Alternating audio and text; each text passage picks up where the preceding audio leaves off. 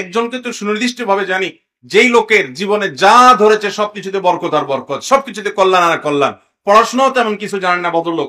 তার একটা গুণ আমি দেখেছি, তার ছেলে আলেম মানুষ। জিজ্ঞেস করেছি, ভাই আপনার আব্বার জীবনে এত বরকত আমি দেখতে পাচ্ছি, অল্পতে অনেক বরকত আল্লাহ তাআলা তাকে দিয়েছেন। আল্লাহ তাআলা কোরআনে কারীমে বলেছেন, হাদা কিতাবুন আনজালনাহু মুবারাক, এই কিতাব আমি এটাকে নাজিল করেছি বরকতময় করে। নবী করিম সাল্লাল্লাহু আলাইহি ওয়াসাল্লামের হাদিস থেকে বোঝা যায়, যে বাসা যে বাড়িতে কোরআনের তিলাওয়াত হয়, ওই বাসা ওই বাড়িতে আল্লাহ রাব্বুল আলামিন রিজিক দেন, ওই বাসায় আল্লাহ রাব্বুল আলামিন বরকত দান করেন, ওখানে আল্লাহ তাআলা বহুমুখী কল্যাণ আল্লাহ তাআলা নাজিল করেন। বরকতের তৃতীয় চাবি হলো ভাই আল্লাহর নাম নেওয়া, বিসমিল্লাহ পড়া এবং আল্লাহর স্মরণ করা। নবী করিম সাল্লাল্লাহু আলাইহি ওয়াসাল্লামের হাদিস থেকে বোঝা যায়, কোনো কিছুতে যখন বিসমিল্লাহ দিয়ে শুরু করা হয় তখন সেটা বরকতময় হয়। কুল্লু আমরিন জিবালিন লাম ইবদা বিবিসমিল্লাহি ফাহুয়া আবতার আও আকতা আও কামা ক্বালা আলাইহিস সালাতু ওয়াস সালাম। কয়েক রকমের হাদিস আছে, গুরুত্বপূর্ণ কোনো কাজে আল্লাহর নাম না নিয়ে যদি করা হয় সেটা বরকতপূর্ণ থাকে না, এটা ত্রুটিপূর্ণ হয়। আপনি খাওয়ার সময় যখন বিসমিল্লাহ বলবেন, শয়তান সেখানে অংশগ্রহণ করতে পারবে না, বরকতময় হবে, স্বাস্থ্যকর হবে। আপনি বাসায় ঢুকতে যখন বিসমিল্লাহ বলবেন, তাহলে শয়তান সাথে প্রবেশ করতে পারবে না, বরকতময় হবে। আপনি যখন প্রত্যেকটা কাজের শুরুতে বিসমিল্লাহ বলে শুরু করবেন, জিন্দেগিতে বরকত আসবে। আমি ব্যক্তিগতভাবে এমন কিছু লোককে চিনি, একজনকে তো সুনির্দিষ্ট ভাবে জানি, যেই লোকের জীবনে যা ধরেছে সবকিছুতে বরকত আর বরকত, সবকিছুতে কল্যাণ আর কল্যাণ, পড়াশোনাও তেমন কিছু জানে না ভদ্রলোক।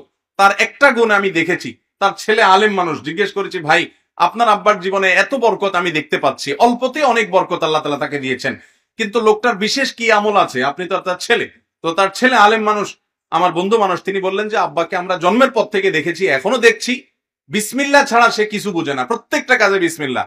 খাবার খেতে প্রতি লোকমা বিসমিল্লাহ বলার দরকার নাই, কিন্তু তারপরে তিনি প্রত্যেক লোকমার আগে একবার বিসমিল্লাহ বলেন। আল্লাহর নাম নেওয়া ছাড়া কিছুই করেন না। বিসমিল্লাহতে এই পরিমাণ বরকত। আপনি দোকান খুলবেন বিসমিল্লাহ, ক্যাশে টাকা রাখবেন বিসমিল্লাহ, কাস্টমারকে দিবেন বিসমিল্লাহ, কাস্টমার থেকে নিবেন বিসমিল্লাহ, প্রতিবারে বিসমিল্লাহ, ইনশাআল্লাহ দেখবেন আপনার জীবনে বরকত আসবে। আপনি চাকরি করতে যাচ্ছেন, অফিসে ঢুকতে বিসমিল্লাহ, বসের রুমে ঢুকতে বিসমিল্লাহ, ফাইল খোলার সময় বিসমিল্লাহ, ফাইল দেওয়ার সময় বিসমিল্লাহ, প্রতিটা কাজে যখন আল্লাহর নাম নিয়ে কাজ করবেন, ইনশাআল্লাহ সেখানে কি আসবে? বরকত আসবে। নাম্বার 3, না 3 নম্বর গেল, নাম্বার 4, সাদাকা, দান।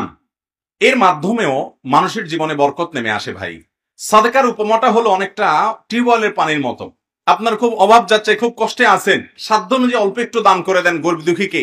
দিনই কোনো প্রতিষ্ঠানে, কল্যাণমূলক কোনো কাজে, যে কোনো বেশি খরচ করবে কিন্তু পেছনে বরকত হবে। আর যারা দান করে না তাদেরকে আপনি ধ্বংস করুন, সম্পদ দেখা যাবে অনেক কিন্তু কল্যাণ হবে অনেক কম। এই জন্য দেখবেন ওই যে টিউবওয়েলের যখন পানি অনেক নিচে চলে যায়, লেয়ার নিচে নেমে যায়, আমাদের কাজ হয় কি করা তখন? ওই নিজের যে বদনাতে বা আপনার জগে যে পানিটা থাকে ওইটা টিউবওয়েলে দিয়ে তারপরে চাপা শুরু করলে এরপরে এমন পানি আসে আর শেষ হয় না। ঠিক না বে? ঠিক তেমনি ভাবে বরকত লাভের আশায় আল্লাহ রাব্বুল আলামিনকে সন্তুষ্ট করার জন্য দান করতে হবে। কৃপণতা নয়, সাধ্য অনুযায়ী যতটুকু পারেন ততটুকু দান করবেন, জিন্দেগিতে বরকত আসবে ইনশাআল্লাহ। বিভিন্ন হাদিস থেকে বোঝা যায় দান কিভাবে মানুষের জীবনকে বরকতময় করা যায়। সংক্ষিপ্ত সময় বিস্তারিত যাচ্ছি না।